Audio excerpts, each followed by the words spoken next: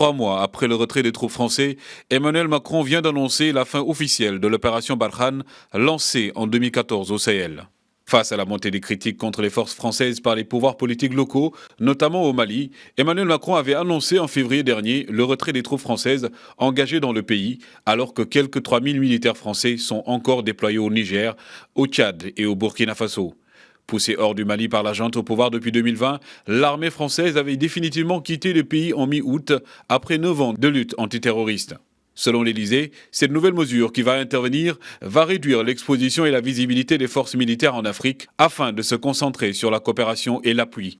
Nous lancerons dans les prochains jours une phase d'échange avec nos partenaires africains, nos alliés et les organisations régionales pour faire évoluer ensemble le statut, le format et les missions des actuelles bases militaires françaises au Sahel et en Afrique de l'Ouest. Même si elle n'entend pas abandonner la lutte contre les terroristes, Paris doit composer avec une opinion publique africaine de plus en plus hostile. Des conséquences que nous tirons de ce que nous avons vécu ces dernières années dans toute la région du Sahel.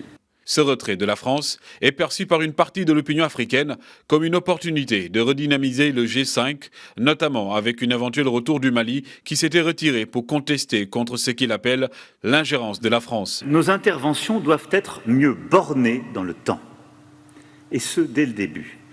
Nous n'avons en effet pas vocation à rester engagés sans limite de temps dans des opérations extérieures.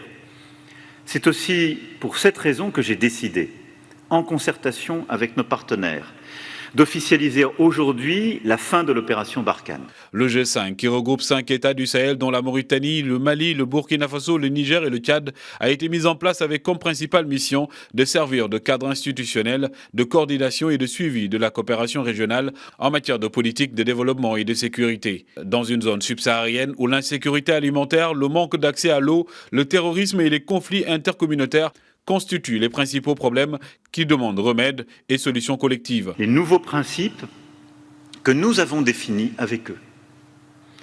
Il se déclinera à l'échelle de chaque pays selon les besoins qui seront exprimés par nos partenaires. Pour rappel, l'opération Barkhane représente la plus grosse opération extérieure française depuis la fin de la guerre en Algérie. Cela pose une fois encore la question de la politique africaine de la France.